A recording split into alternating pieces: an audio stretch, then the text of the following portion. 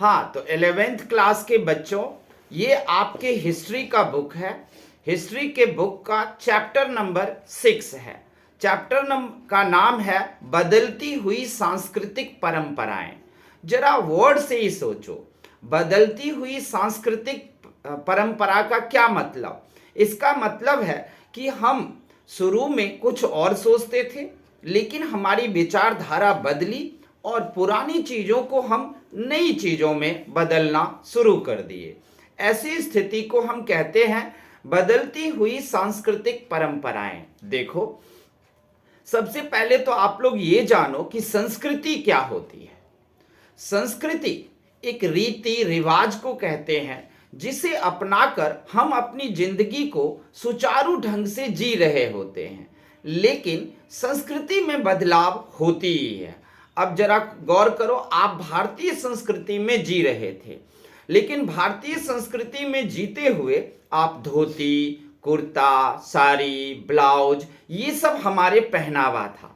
लेकिन धीरे धीरे क्या हो गया है कि पहनावे की संस्कृति बदल गई। आज हम जीन्स, पैंट, टी शर्ट या अन्य कपड़ों को धारण करते हैं। तो कपड़े की संस्कृति समय के अनुसार बदलते गए और शायद धोती, कुर्ता या साड़ी, ब्लाउज अब दिखता तो है, लेकिन संस्कृति पर प्रभाव पड़ा है। तो आइए हम देखते हैं कि ये संस्कृति का बदलना कब से शुरू हुआ, ये परंपराएं बदलने कैसे लगी। ये हुआ आपको 14वीं शताब्दी से 17वीं शताब्दी के बीच में। ये हुआ आपको 14वीं शताब्दी से 17वीं शताब्दी के बीच में संस्कृति और परंपराओं का बदलना शुरू हो गया। क्यों? क्योंकि नगरीय संस्कृति की शुरुआत हो गई। लोग, नगर में रहने वाले लोग अपने आप को उच्च स्तर का और सभ्य मानते थे। याद रखना, आपको एक क्वेश्चन आएगा कि सभ्य से क्या समझते हो, तो आप लिखना कि 14वीं से 17वीं शताब्दी के बीच में नगर में रहने वाले लोग अपने आप को सभ्य समझने लगे और गांव में रहने वाले लोगों को वो ये समझने लगे कि वो असभ्य हैं, उनको कोई नॉलेज नहीं है जीने का, कैसे जिंदगी जिए उन्हें नहीं पता। यही नहीं, उस समय के जो नगर थे, जो मुख्य बड़े नगर थे, जो बहुत चर्चा थे, जैसे आज आपको कौन कौन से नगर फेमस है, तो लंदन, न्यूयॉर्क, दिल्ली, ये सब नगर बहुत फेमस है पूरी दुनिया में। वैसे ही उस टाइम में नगर थे आपको फ्लोरेंस, वेनिस, और ये सब शहर, फ्लोरेंस और वेनिस बहुत ज्यादा फेमस था। फ्लोरेंस और वेनिस कला का केंद्र था। ये रोम के शहर थे और यहां पर कलाएं होती थी, यानी कि हस्तशिल्पकार, मूर्तिकार, गाना गाने वाले, नृत्य करने वाले और अन्य तरह की चीज। ठीक है, तो फ्लोरेंस और वेनिस जो था वो आपको कला का, विद्या का केंद्र था, जहां मूर्तिकार, नृत्य करने वाले, कुम्हार, सुनार, सभी तरह के कला से भरपूर लोग इन शहर में रहते थे। और सबसे बड़ी बात कि विद्या का केंद्र, यानी कि एजुकेशन सेंटर भी नगर ही बन रहा था। यानी कि फ्लोरेंस और वेनिस शहर में लोग गांव से भी या अन्य जगहों से शिक्षा पाने के लिए आते थे, क्योंकि ये विद्या का केंद्र भी बन गया था। इसके अलावा शहर में रहते कौन थे? शहर में अभिजात वर्ग रहते थे। मैंने आपको पिछले चैप्टर में या आप लोग पढ़े होंगे कि अभिजात वर्ग क्या होता है। अभिजात वर्ग रहते थे, लेखक लोग रहते थे, कलाकार लोग रहते थे। अब ये जो लेखक और कलाकार लोग होते थे, इनको कौन रखता था? तो लेखक और कलाकार को अभिजात वर्ग, बड़े बड़े अमीर लोग सब इनका आश्रयदाता था, इनका रखते थे, इनका खर्चा उठाते थे, क्योंकि ये लेखक और कलाकार सब बहुत ज्ञानी होते थे।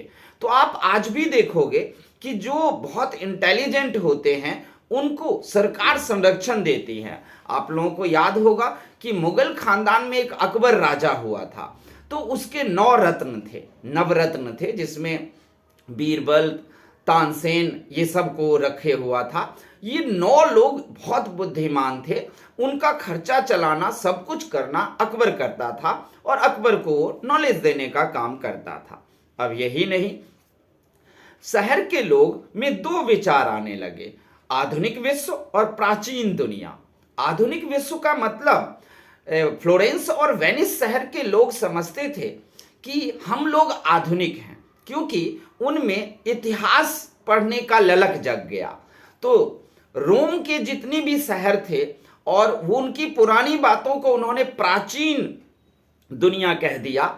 और यहाँ पर जो लेखक लोग नए नए किताबें लिख रहे थे, नए नॉलेज ला रहे थे, तो ये सब अपने आप को आधुनिक विश्व का नाम दे दिया, आधुनिक विश्व का संज्ञा दे दिया। और प्राचीन दुनिया के लोग वो हुए जो रोम के पुराने ख्याल के लोग थे। अब धीरे धीरे लोगों में और ज्ञान फैलने लगा। लोग पहले जो है वो कोई एक धर्म होता था, उसी धर्म में रहना होगा, लेकिन अब लोगों में ऐसा नहीं था। अब लोग अपना धर्म खुद चुन सकते थे, उनको जो धर्म अच्छा लगता है वो अपना सकते थे। अब कोई बंदिशें खत्म हो गई थी। क्यों? क्योंकि धीरे धीरे लोगों में नॉलेज आ रहा था। चर्च में लोग जाते थे, लेकिन चर्च भी अब कई तरह के बनने लगे थे, जैसे Catholic church, Roman church, Protestant church, तरह तरह के चर्च थे, जिसमें ईसाई धर्म को ही लेकर के विभिन्न तरह के विश्वास होने लगे और लोग अपने अपने विश्वास को चुन सकते थे। यही नहीं, धीरे धीरे अब लोग सौर मंडल को समझने लगे। किसको समझने लगे? सौर मंडल। मतलब ये सौर मंडल है, इसमें सूर्य है, पृथ्वी, मंगल ग्रह सब है, ये सब चीजें, पृथ्वी गोल है, ये बात आकर कोपरनिकस ने बता दिया। धीरे धीरे और साइंटिस्ट भी आने लगे और वो सब हमें नए नए बुद्धि देने लगे। 14वीं शताब्दी में ही आकर के इस दुनिया में रेनेसांस शुरू हुआ। याद रखना, रेनेसांस से क्या समझते हो, ये क्वेश्चन आएगा तो आप लिखना। रेनेसांस का हिंदी में पुनर्जागरण कहते हैं। पूरी दुनिया सामाजिक, सांस्कृतिक, राजनीतिक और आर्थिक रूप से एक नया रूप ले रहा था। एक नई दुनिया तैयार हो रहा था। इस नई दुनिया को हम रेनेसांस कहते हैं, क्योंकि ये जो नए विचार आए वो उसका वजह ही था कि यहां पर में लोगों के अंदर क्या आ गया, नए विचार, नई सोच, और वो सब हुआ पुनर्जागरण के कारण। तो आप लोगों में क्वेश्चन आएगा कि पुनर्जागरण से क्या समझते हो, तो आप लोग उस क्वेश्चन का आंसर दे देना। पुनर्जागरण का अर्थ होता है नए सिरे से शुरुआत। पुनर्जागरण का क्या अर्थ होता है? नए सिरे से शुरुआत। और लोग यहां पर में नए सिरे से शुरुआत कर रहे थे, चाहे वो घर बनाने का कला हो, बैंकिंग सिस्टम हो, पढ़ने लिखने का कला हो, और सबसे बड़ी बात कि रेनेसांस के आने के बाद, पुनर्जागरण आने के बाद हमें मुद्रण कला आ गया। अब मुद्रण कला तो एक क्रांति कर दी।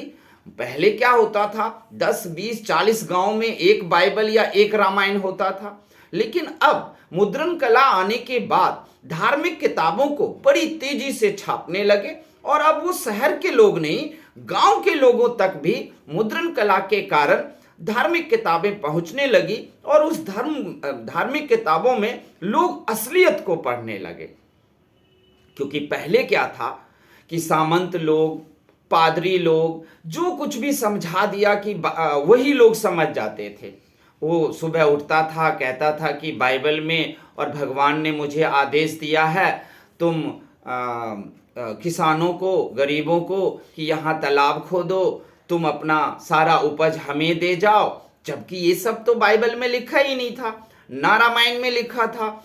ये चीजें लोगों को पता ही नहीं था, इसलिए पादरी या पुजारी लोगों को ठगे जा रहे थे। लेकिन मुद्रण कला जब आया तो ढेर सारे धार्मिक किताबें छप गई। अब वो सारी किताबें सबके हाथ में आ गई। जब सबके हाथ में किताबें आ गई और उन्होंने देखा तो पता चला, अरे हम तो सालों से ठगे जा रहे हैं। इसके अलावा कई तरह की बुक आई। 1860 में वर्क हार्ट ने दी सिविलाइजेशन ऑफ द रेनेसांस नामक एक बुक लिखा, और ये इटली में ये बुक छपा था। और ये रेनेसांस यानी कि पुनर्जागरण को इस लेखक ने समझाया था कि पुनर्जागरण अगर आएगा तो दुनिया में क्या होगी। और दुनिया में आज जो विकास देख रहे हो वो पुनर्जागरण के कारण ही विकास देख रहे हो, इतनी तरक्की देख रहे हो। अब आते हैं इटली, चलते हैं। इटली के नगर का पुनरुत्थान देखो।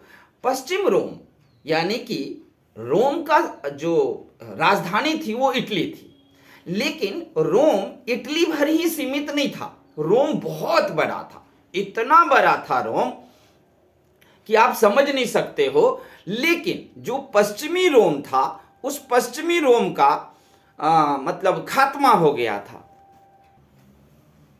ठीक है, पश्चिमी रोम का पतन हो गया था।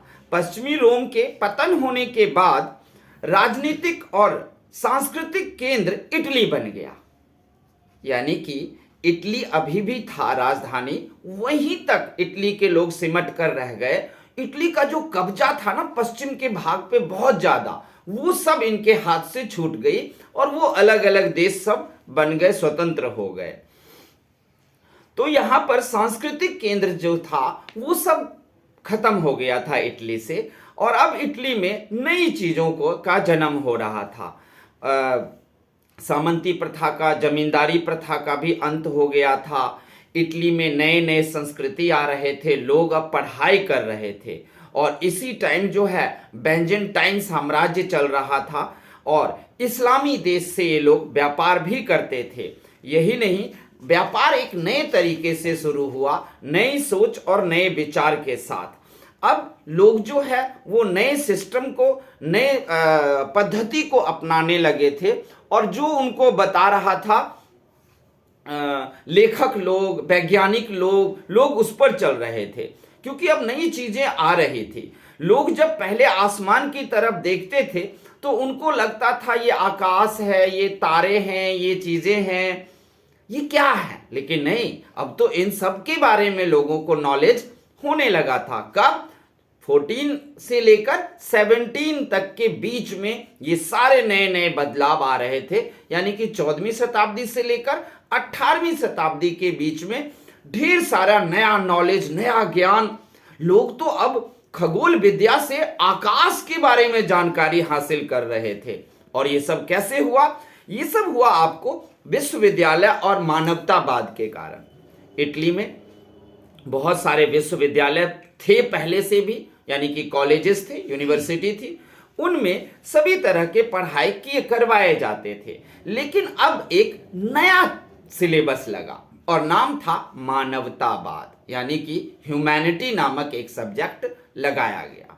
जब मानवतावाद का सब्जेक्ट लगाया, इसके बाद देखा गया कि अब दुनिया में युद्ध रुक सा गया था, क्योंकि इससे पहले कभी कहीं पर भी मानवतावाद, ह्यूमैनिटी की पढ़ाई होती ही नहीं थी। लोग एस्ट्रोलॉजी को पढ़ते थे, न्यूमरोलॉजी को पढ़ते थे। एस्ट्रोलॉजी, न्यूमरोलॉजी सबसे मुख्य सब्जेक्ट था। अभी फिजिक्स, केमिस्ट्री और बायोलॉजी की शुरुआत नहीं हुई थी। फिजिक्स, केमिस्ट्री और बायो की शुरुआत जो है वो बाद में हुई है, लेकिन उससे पहले ही ह्यूमैनिटी नामक सब्जेक्ट आया। ह्यूमैनिटी दो शब्द से बना है, ह्यूमैनिटास से। ह्यूमैनिटास में ह्यूमन का मतलब मानव होता है, और यहां टास का मतलब है वाद, यानी कि लिज्म।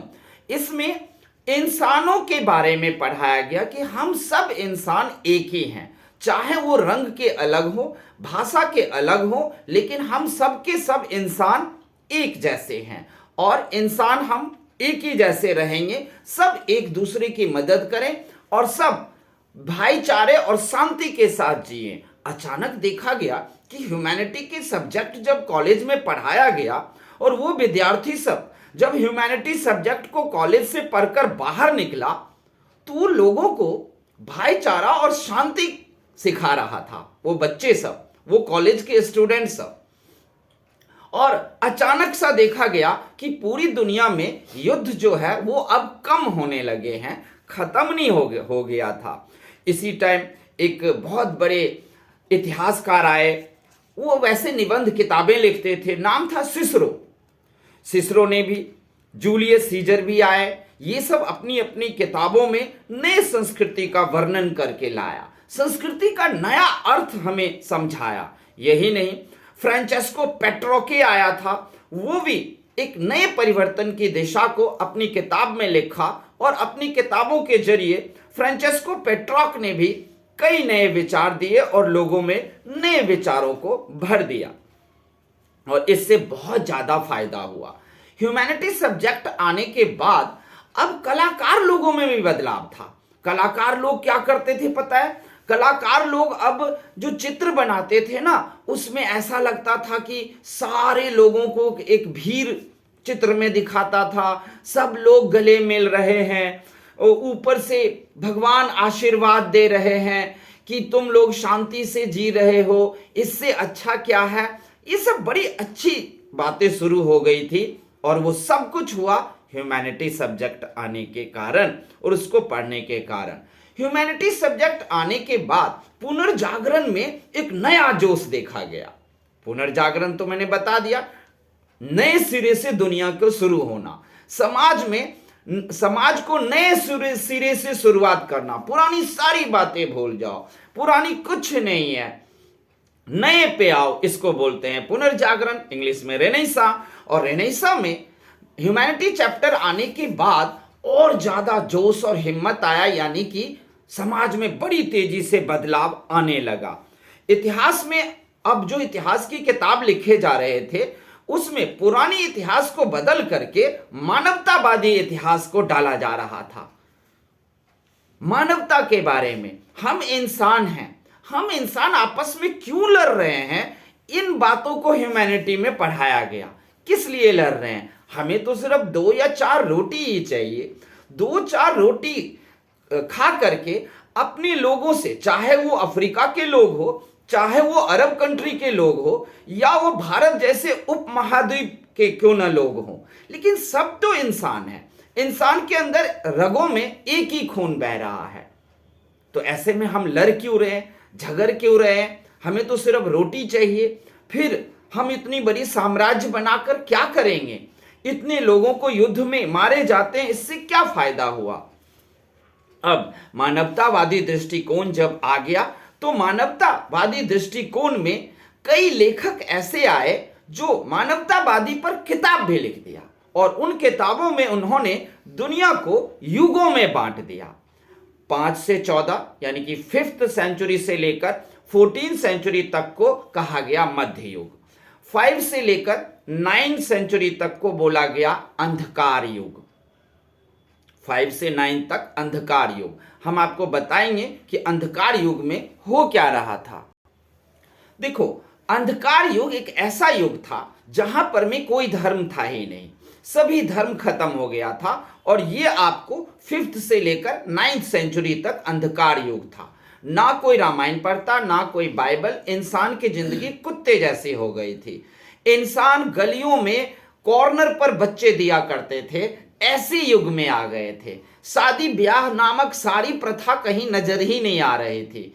सारे पुरुष स्त्री कौन किसके साथ भाग रहे हैं, कौन किसके साथ संबंध बना रहे हैं, ऐसा कोई नियम और नीति नहीं बच गया था। ऐसे युग को बोलते हैं अंधकार युग। अभी जो आप ये धर्म देख रहे हो, कोई क्रिश्चियन, कोई इस्लाम, कोई हिंदू अपने धर्म की बात करते हैं, ये 9th शताब्दी के बाद आया। क्यों? क्योंकि अंधकार युग में जीते जीते ना लोग उकता गए थे। वो जानवरों की जिंदगी हो गई थी, बिल्कुल जंगल जैसा। जैसे एक कुत्ते को नहीं पता कि हमारा कौन सा कुत्ता बाप है, वैसे ही इंसानों के बीच में हो गया था। लेकिन उन सब चीजों को 9th शताब्दी के बाद हुआ। 9 से 11 शताब्दी को आरंभिक मध्य युग कहा गया। 11 से 14 शताब्दी तक को उत्तर मध्य युग कहा गया और 15वीं शताब्दी के बाद को आधुनिक युग का नाम दिया गया, जो आपके बुक में यहां लिखा हुआ है। 5 से 14 मध्य युग, 5 से 9 अंधकार युग, 9 से 11 आरंभिक मध्य युग, 11 से 14 उत्तर मध्य युग और 15 से आगे तक आधुनिक युग। इसमें बांट दिया गया। अब मैंने आपको अंधकार युग समझा दिया। अंधकार युग सबसे ज्यादा खराब समय था। ये 4 से लेकर 9 तक या 5 से लेकर 9 तक भी कह सकते हो। कई बुक में तो 4 से लेकर 8 ही लिखा हुआ है। आपकी बुक में 5 से 9 तक 5 से 9 शताब्दी तक को अंधकार युग बोला है। ये जितने भी शंकराचार्य देख रहे हो अपने देश में जो हिंदुओं को एक किया, वो भी 8 शताब्दी के बाद आए। सब परेशान हो गए थे उस अंधकार युग से, क्योंकि सबका जीवन एक जानवरों की जीवन हो गया था। इसके अलावा अब नए नए विज्ञान की भी आ गया, विज्ञान और दर्शन शास्त्र आ गया। अब 2 सब्जेक्ट बच्चों और आया। अभी यूनिवर्सिटी थे, विश्वविद्यालय थे, जिसमें कला, ड्राइंग, पेंटिंग ये सब पढ़ाते थे या युद्ध की बातें पढ़ाते थे। लेकिन नया सब्जेक्ट आया मानवतावादी, ह्यूमैनिटी। अब ह्यूमैनिटी के बाद विज्ञान और दर्शन शास्त्र यानी कि साइंस और फिलॉसफी भी एंट्री ले लिया, क्योंकि तब तक प्लेटो और अरस्तु आ चुके थे। प्लेटो और अरस्तु बड़े उच्च किस्म के दार्शनिक भी थे और ये साइंटिस्ट भी थे, साइंस भी जानते थे। अरस्तु के गुरु थे प्लेटो, और प्लेटो ने भी बुक लिखा है, अरस्तु ने भी बुक लिखा है, और इससे पूरी दुनिया को उन्होंने एक नई सोच दिया कि आप जो सोच रहे हो वो सच नहीं है। अरस्तु और प्लेटो बड़े उच्च किस्म के विद्वान थे, वैज्ञानिक थे और दार्शनिक भी थे। अरस्तु ने पॉलिटिकल साइंस पे भी बुक लिखा है, ज्योग्राफी पे भी लिखा है और साइंस पे भी बुक लिखा है। यही नहीं, इसी टाइम में एक और आ गया था, लेकिन अभी उनकी विचार शुरू ही हुई थी। नाम था एल्केमी। एल्केमी जो केमिस्ट्री के जन्मदाता माने जाते हैं। अभी तक लोगों को ये नहीं पता था कि ये कॉपर को Cu कहते हैं, कार्बन को C, ऑक्सीजन को O, वैलेंसी, ये तो नहीं पता था। लेकिन एल्केमी इन तत्वों के बारे में जरूर जानते थे, और एल्केमी जहां पढ़ाते थे वहां के बच्चों को ये सब बातें बताना शुरू कर दिए थे। आप प्लेटो को इंग्लिश में नाम पता है आपको? सॉरी, प्लेटो को नहीं, अरस्तु को इंग्लिश में एरिस्टोटल कहते हैं। ये बात आप लोग याद रखना। यही नहीं, इस टाइम में और भी साइंटिस्ट आने लगे थे, जैसे इब्न सीना आया, वो एक दर्शन शास्त्र पर बुक लिखे थे। अब आयुर्विज्ञान भी आ गया था। इसके बाद अब आपको विभिन्न तरह के जड़ी बूटी से जो इलाज करते हैं उसको आयुर्वेद कहते हैं। तो आयुर्विज्ञान भी आ गया था। मानवतावादी तो था ही, और जब इसमें अब दर्शन यानी कि फिलॉसफी और विज्ञान जब एंट्री लिया, तो अब इंसानों के अंदर ना एक नई सोच विचार फूट फूट कर आने लगा। अब लोग अपने आप को सभ्य और अपने आप को ऊंचे विचार वाले समझने लगे। अब वो लोग जानने लगे हमने पिछली कौन सी जिंदगी जी थी। प्राचीन काल में हमने तो जानवरों की जिंदगी जी ली, हमें तो कुछ पता ही नहीं था। लेकिन अब लोगों को बहुत सारी बातों का पता चलने लगा। यही नहीं, कलाकार सब आए। कलाकार सब जब आए तो कलाकार पहले क्या करते थे? कलाकार मूर्ति बनाते थे या अन्य चीजें बनाते थे, लेकिन अब कलाकार ना यथार्थवाद की तरफ जा रहे थे। यथार्थवाद मतलब बिल्कुल असली सच्चाई, प्राकृतिक सच। प्राकृतिक सच के कारण अब कलाकार लोग ना अब जो मूर्ति बनाते थे, पेंटिंग बनाते थे, तो मूर्ति कैसे बनाते थे? ऐसे हाथ जोड़ करके। कैसे बनाते थे? ऐसे हाथ जोड़े हुए, जो आपके बुक में भी किताब है। इसका मतलब क्या हुआ कि हम हाथ जोड़ करके ही प्रार्थना करें, और हाथ जोड़ना लोग सीख रहे थे। उसके बाद दीपाइटा नामक देख लो, यहां पर में एक आपको पेंटिंग दिया गया है, जहां पर में एक औरत है और उसके हाथ में एक लाश है। तो ये औरत को माना गया देवी। कौन सा देवी? तो देश की देवी, जैसे भारत माता मानते हो। और जब देश पर खतरा आया या देश के साथ कुछ गलत हुआ, तो वो उनके गोद में उनका बेटा है, मतलब कि वो देश है। ये दिखाने लगे कि हमारे देश का एक देवी होते हैं, माता होते हैं, और उसके हाथ में हमारा देश एक पुत्र के समान होता है। अब कुछ और चीजें भी आने लगी, जैसे वास्तुकला। देखो, अब एक और नए सब्जेक्ट की एंट्री हुई। ह्यूमैनिटी हो गया, नए नए आ गए। उसके बाद विज्ञान साइंस भी आ गया, दर्शन शास्त्र फिलॉसफी भी आ गया, और उसके साथ तो ढेर सारे बदलाव हुए। एल्केमी अभी कुछ कुछ केमिस्ट्री के बारे में दुनिया को कुछ कुछ बता ही रहे थे। अब आया एक नया सब्जेक्ट, वास्तुकला। क्या आ गया? वास्तुकला। वास्तुकला का मतलब इंग्लिश में इसको हम बोलते हैं आर्किटेक्चर, आर्किटेक्ट। ये वास्तुकला क्या होता है? भवन निर्माण कला को हम वास्तुकला कहते हैं। भवन निर्माण कला को हम वास्तुकला कहते हैं। अब घर जो है ना, वो वास्तुकला के हिसाब से बनने लगा। वास्तुकला के इंजीनियर सब आते थे, वो नक्शा तैयार करते थे, खिड़की कहाँ पर होना है, गेट कहाँ पे लगना है, क्योंकि वो लोग मानते थे कि घर एक निश्चित दिशा में होनी चाहिए, खिड़की और घर का जो मुख्य गेट है वो एक निश्चित दिशा में और निश्चित स्थान पर होना चाहिए। तब उस घर में बरकत होगी, शांति रहेगी, उस घर में कोई झगड़ा नहीं होगा और दुख बीमारी तकलीफ भी उस घर में नहीं आएगा। ये था वास्तुकला। तो वास्तुकला में अब घर के अंदर तरह तरह के डिजाइन बनने लगे, मेहराब गोल गोल करके मेहराब बनने लगे। अगर पूरब दिशा की तरफ घर का गेट हो तो उसे बड़ा शुभ माना जाता था। घर की खिड़की जो हो वो काफी चौड़ी और बड़ी और लंबी होनी चाहिए, जिससे हवादार रहेगा, और उस नए हवा अगर घर में प्रवेश करेगा और निकलता रहेगा तो आराम से उस घर में कभी कोई बीमारी नहीं होगी। यही नहीं, रोशनदान।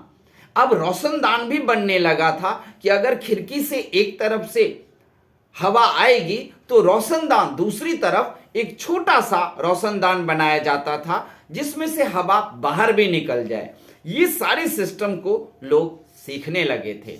अब यही नहीं, अब घरों में जिनका विश्वास था वो घर में रामायण महाभारत संबंधित पेंटिंग बनवाना, ये सब भी वास्तुकला के अंदर आ गया था।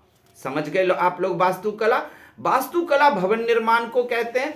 उसमें खिड़की गेट कहाँ होगा, किस तरफ होगा, उसमें वास्तुकला के लोग घर का डिजाइन तैयार करते थे कि अगर घर को सही दिशा में बनाया जाए तो उस घर में कभी अशांति दुख बीमारी नहीं आएगा, उस घर में कलह नहीं होगा, पति पत्नी में झगड़ा नहीं होगा, परिवार के सदस्यों में झगड़ा नहीं होगा।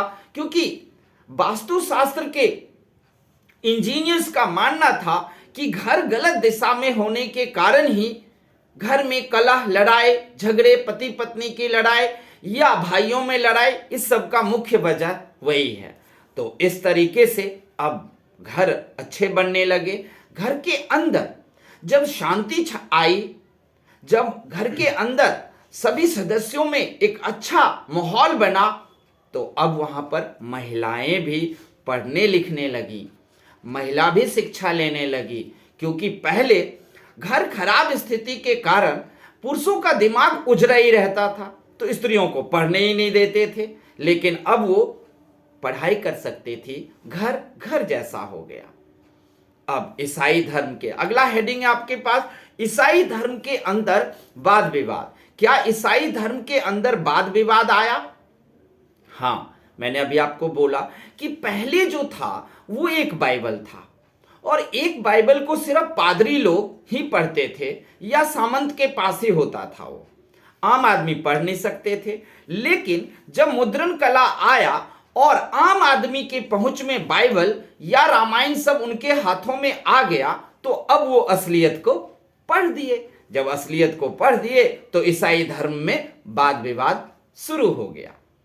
ईसाई धर्म में वाद विवाद में सबसे पहले मानवतावादी जो ह्यूमैनिटी को पढ़कर आए थे, टॉमस मोर और हॉलैंड का एक इरेस्मस थे। ये दोनों ने मिलकर किताब भी लिखा और चर्च पर सीधा क्वेश्चन उठाया कि चर्च के जो नियम हैं वो बिल्कुल गलत हैं, बाइबल में ऐसा कोई नियम नहीं है। बाइबल के नियम के अनुसार अगर आप ईसा मसीह यानी कि जीसस क्राइस्ट पर सिर्फ विश्वास करते हो, यही काफी है। इन लोगों का कहना था, इरेस्मस का और टॉमस मोर का कहना था। ये इरेस्मस का जन्म 1466 में हुआ था और मौत 1536 में। टॉमस मोर का जन्म 1478 में हुआ था और मौत इनकी 1435 में हुआ था। 1535 में, सॉरी। टॉमस मोर का जन्म 1478 में हुआ था और इनकी मौत 1535 में हुआ था। ये लोग अब वाद विवाद करने लगे। वो कहते थे पादरी लोग आए और हमसे बहस करें, वो जो कहना चाहता है वो सही नहीं है। क्यों? क्योंकि उन लोगों ने देखा था कि चर्च धर्म का स्थान नहीं है, ये तो लूट खसोट का अड्डा है, ये लूट खसोट का संस्था बन गई है। जैसे कि पहले क्या था, ईसाई धर्म में बहुत कुरीतियां थी, बहुत ज्यादा बुराइयां थी। जैसे कि किसी इंसान ने पाप किया तो वो पाप को लेकर के पादरी के पास जाते थे और पादरी उसके माथे पे हाथ रख करके 200-500 रुपए लेकर के और कहते थे पाप तुम्हारा कट गया। और पादरियों ने पूरे समाज में क्या फैला रखा था कि इंसान का मतलब ही पापी होता है, हम पाप में जन्मे हैं। यानी कि जहां कहीं भी स्त्री और पुरुष के मिलन से कोई बच्चा पैदा होता है उसे पाप में जन्मना कहते हैं। स्त्री और पुरुष ने पाप किया तभी जाकर के एक बच्चे का जन्म हुआ। ये चर्च के पादरी लोगों ने समाज में फैला रखा था और कहते थे कि तुम इंसान हो तो पापी तो हो, इसीलिए तुमसे पाप तो होगा लेकिन उस पाप को हम तुम्हें कटवा देंगे। जैसे आप हिंदू धर्म में भी देखोगे, राहु केतु को कोई पंडित जी यज्ञ हवन से कटवा देते हैं। कोई ग्रह खराब हो गया है तो आप पंडित जी को चढ़ावा दो, दक्षिणा दो, वो यज्ञ पूजा पाठ करेंगे और ग्रह आपका कट जाएगा। तो ये सारी बातें ना अनर्गल बातें, यानी कि उल्टी बातें फैलाई गई थी। यही वजह था कि ईसाई धर्म के अंदर अब वाद विवाद हो गया था। बहुत सारे विद्वान टॉमस मोर और इरास्मस जैसे विद्वान सब आ गए थे और पूरे पादरी वर्ग को और चर्च को सीधा सीधा उन्होंने ललकारा था कि तुम लोग एक लूट खसोट का अड्डा बना रखे हो, आओ मुझसे शास्त्रार्थ करो, बात करो और बताओ कि तुम में कितनी सच्चाई है। नहीं, जीसस क्राइस्ट भगवान है हमारे, उन पर सिर्फ विश्वास करना ही हमारे मुक्ति का कारण है, हमें मुक्ति मिल जाएगा, सिर्फ उन पे विश्वास करना है। उसके लिए ये नहीं होगा कि तुम हमारा कोई पाप कटवा दोगे, हमसे अगर कोई पाप हुआ है तो। पाप कटवाने का एकमात्र रास्ता है जो टॉमस मोर और इरेस्मस ने बताया, और वो है पश्चाताप। पाप हुआ तुमसे, गलत काम हुआ, तुम क्या करो, पश्चाताप करो और ये कह दो कि आगे से मैं ऐसा नहीं करूंगा। यही है पाप कटवाने का। तुम 500 रुपए सोना चांदी लेकर के चर्च का कोई पादरी पाप कटवा देगा, ये कैसे हो सकता है? और तब तो हद हो गई जब मार्टिन लूथर आ गए। मार्टिन लूथर जब मुद्रण कला नहीं आया था तब वो बंदा इस दुनिया में था। एक बाइबल किसी न किसी तरीके से उसको हासिल हो गया। उसके बाद उस बाइबल को कागज पर वो अपने हाथों से लिखना शुरू किए और उन्होंने हाथ से 100 बाइबल लिखा था मार्टिन लूथर ने। और 100 बाइबल को लेकर 100 लोगों को तो वो बांट ही सकता था। 100 लोगों को मार्टिन लूथर ने बांटा और कहा कि बताओ, इसमें जो पादरी लोग हमें रोज रोज मौखिक रूप से कुछ भी बोल करके हमसे काम करवा लिया, हमें लूटा, क्या वो सारी बातें बाइबल में लिखा है? वहां तो लिखा ही नहीं था, वहां तो लिखा ही नहीं था। इस प्रकार स्पेन, इटली के पादरियों का ना बिल्कुल अब भेद खुल रहा था, उसका षड्यंत्र खुल रहा था। अब लोग जो है ना निर्धन को निर्धन समझने लगे। अब कहां मानवतावादी तो आ ही गया था। मानवतावादी, पहले गरीब का मतलब क्या था? तुम पिछले जन्म के पाप के कारण गरीब हो। लेकिन अब क्या हुआ? जो ह्यूमैनिटी चैप्टर पढ़कर आए वो लोग अब क्या करने लगे? वो लोग क्या करने लगे? अब वो लोग अब निर्धनों की सेवा करने लगे, गरीबों की अब सेवा करने लगे। उनको ये लगा, अरे ये गरीब हैं, इनको मदद की जरूरत है। जबकि उस टाइम होता क्या था कि गरीब ही टैक्स देगा, दो टैक्स देगा, राजा को अलग देगा, चर्च में पादरी को अलग देगा टैक्स, और वो इसलिए देगा क्योंकि वो गरीब है। लेकिन ह्यूमैनिटी चैप्टर आने के बाद अब गरीबों की लोग सेवा करने लगे, नहीं नहीं ये गरीब है, ये टैक्स क्यों देगा, टैक्स तो वो देगा ना जो अमीर है। लेकिन पहले तो विचार था नहीं भाई, कोई अमीर है इसका मतलब पूर्व जन्म के ना उसके अच्छे कर्म हैं, इसीलिए वो आज इस जन्म में अमीर है। अगर गरीब टैक्स चुकाएगा तो अगले जन्म में वो भी अमीर बनकर पैदा लेगा। और गरीब सब यही सोच करके अपना शोषण करवाए जा रहा था, जबकि वो तो शोषण के लायक था ही नहीं कोई गरीब। आज के दौर में आप लोग देख लो, क्या गरीब टैक्स देता है? नहीं। जिसको 5 लाख 10 लाख से इनकम ज्यादा होगी साल का, वही लोग टैक्स देते हैं ना, अमीर ही टैक्स देते हैं ना। कहीं देखे हो रिक्शा वाले को टैक्स देते हुए, किसी नाई को टैक्स देते हुए? लेकिन एक वक्त था यूरोप में जब गरीब लोग तृतीय स्टेट में आते थे, तीसरे वर्ग में, उन लोगों से टैक्स लिया जाता था। लेकिन नहीं, अब एक नई संस्था भी बनाया मार्टिन लूथर ने, नाम था सोसाइटी ऑफ जीसस। उसके तहत उन्होंने दुनिया को बताया। और मार्टिन लूथर ने अब ये जो रोमन कैथोलिक चर्च था वो सबको नहीं माना, एक नए तरह की चर्च को शुरू किया, प्रोटेस्टेंट चर्च। कौन सा? Protestant church. इसके बाद इग्नातियस लोयोला ने सोसाइटी ऑफ जीसस की स्थापना की और उसके अनुयायी को जेसुइट कहा गया। और मार्टिन लूथर का चेला ही था इग्नातियस लोयोला। उसके बाद आ गया कोपरनिकस क्रांति। अब एक नए साइंटिस्ट आए, ये खगोलविद थे कोपरनिकस के आने के बाद एक युगांतकारी परिवर्तन आ गया, एक बहुत बड़ा परिवर्तन दुनिया में आ गया। दुनिया में ने देखा, नई बातों को ज्ञान किया। क्यों? क्योंकि कोपरनिकस ने सबसे पहले इस बात की घोषणा की कि पृथ्वी समेत सारे ग्रह सूर्य के चारों ओर चक्कर लगाता है। यह बात किसने कहा?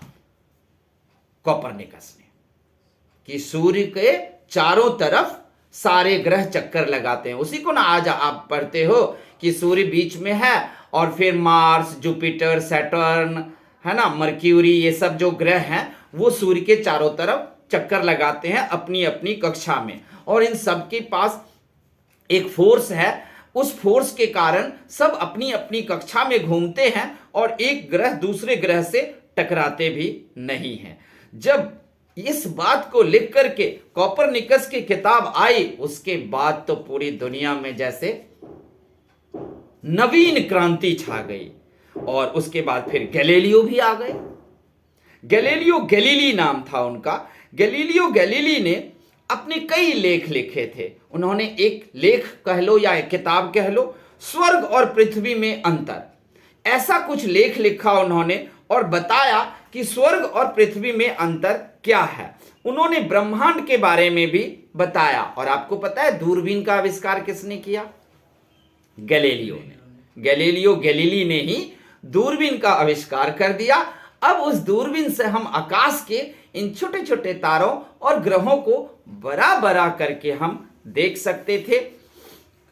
हालांकि वो बहुत कम पावर का इन्होंने आविष्कार किया था गैलीलियो गैलीली ने, लेकिन बाद में और बड़े बड़े अच्छे और आधुनिक किस्म के दूरबीन बने, टेलीस्कोप बने। दूरबीन को इंग्लिश में क्या कहते हैं? टेलीस्कोप। अब यहां पर में न्यूटन भी आ गए थे और न्यूटन ने कहा, अभी तक कोपरनिकस और गैलीलियो ने यह बताया था कि सारे ग्रह के पास अपने अपने पावर हैं और उस पावर से वो अपनी अपनी कक्षा में घूम रहे हैं, ये बताया था। लेकिन अब जब न्यूटन आ गए तो उन्होंने उस फोर्स का नाम भी दे दिया। उन्होंने क्या किया? उस फोर्स का नाम दिया। उस फोर्स का नाम क्या था? गुरुत्वाकर्षण बल, यानी कि ग्रेविटी।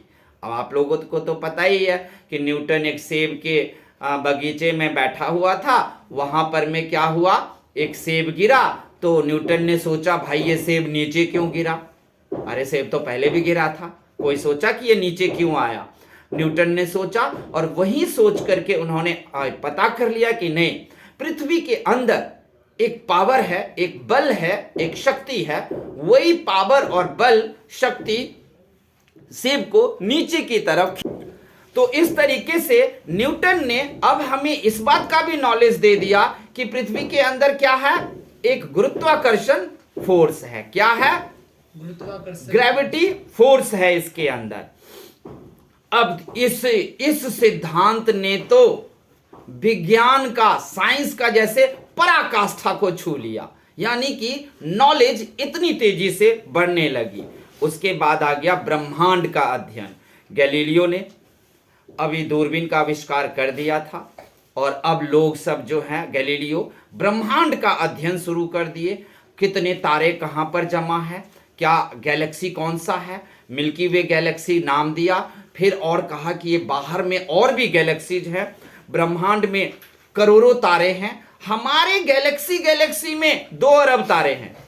हमारे ग्रह में, हमारा जो ये सौर मंडल है वो मिल्की वे गैलेक्सी में है, और मिल्की वे गैलेक्सी में 200 करोड़ तारे हैं, यानी कि 2 अरब। और एक एक तारे पृथ्वी से हजार गुना बड़े हैं। कितने हैं? हजार गुना बड़े हैं। अब इस तरीके से 14वीं शताब्दी में आकर जो पुनर्जागरण शुरू हुआ, अब आप लोगों का ये लास्ट चैप्टर जा रहा है, लास्ट पेज है, इसमें अब क्या दिया है? पुनर्जागरण हुआ। मैं शुरू में ही बताया, रेनेसांस मतलब पुनर्जागरण, पुनर्जागरण मतलब किसी भी काम को नए शुरू से शुरू करना, नए सिरे से। और नए सिरे से इस काम जब शुरू हुआ, नए विचार आए, तो देखा मानवतावादी सब्जेक्ट आ गया। अब टॉमस मोर और इरेस्मस जैसे लोग चर्च के लोगों से लड़ने लगे, वाद विवाद करने लगे, उसको लूट खसोट का अड्डा बना दिया। केमिस्ट्री की भी शुरुआत हो गई थी। इधर न्यूटन आ गए, उन्होंने गुरुत्वाकर्षण ग्रेविटी का भी नियम निकाल दिया। गैलीलियो ने इधर आकर दूरबीन का भी आविष्कार कर दिया। उधर कोपरनिकस ने सौर मंडल के बारे में भी सब कुछ बता दिया कि सारे ग्रह जो हैं वो चक्कर लगा रहे हैं सूर्य का। इन सब बातों से बड़ी तेजी से अब आविष्कार होने लगे। अब तो धीरे धीरे लोगों में इतना दिमाग आ गया, इतना दिमाग आ गया लोगों में कि अब लोग हवाई जहाज बनाने की भी एक्सपेरिमेंट और प्रयोग शुरू कर दिए। और ये सब किसके कारण हुआ? पुनर्जागरण के कारण। ये सब किसके कारण हुआ? पुनर्जागरण के कारण इतनी तेजी से दुनिया में बदलाव आया और दुनिया में आविष्कार शुरू हो गए। उसके बाद तो आप जानते हो हवाई जहाज भी आ गया 17वीं शताब्दी के बाद।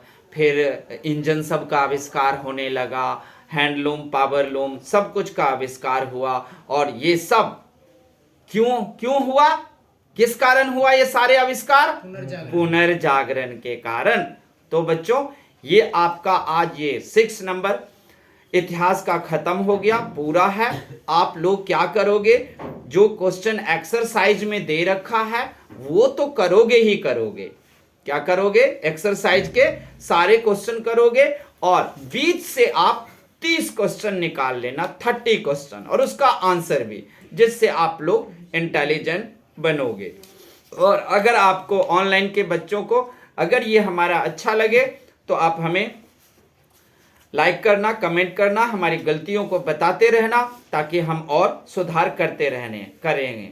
लेकिन बच्चों ध्यान रखना, अभ्यास के सारे क्वेश्चन करने हैं। अभ्यास में लगभग आपको 6 ही क्वेश्चन है, लेकिन ये 6 तो इंपॉर्टेंट है ही। इसके अलावा आपको बीच में जाकर के 30 क्वेश्चन भी खुद ही बनाना है और उसका आंसर भी। फिर देखना आपसे कोई भी चीज बच नहीं पाएगा, सभी प्रश्नों का उत्तर आप अपनी परीक्षा में दे पाओगे। ओके, तो तब तक के लिए धन्यवाद। Thank you.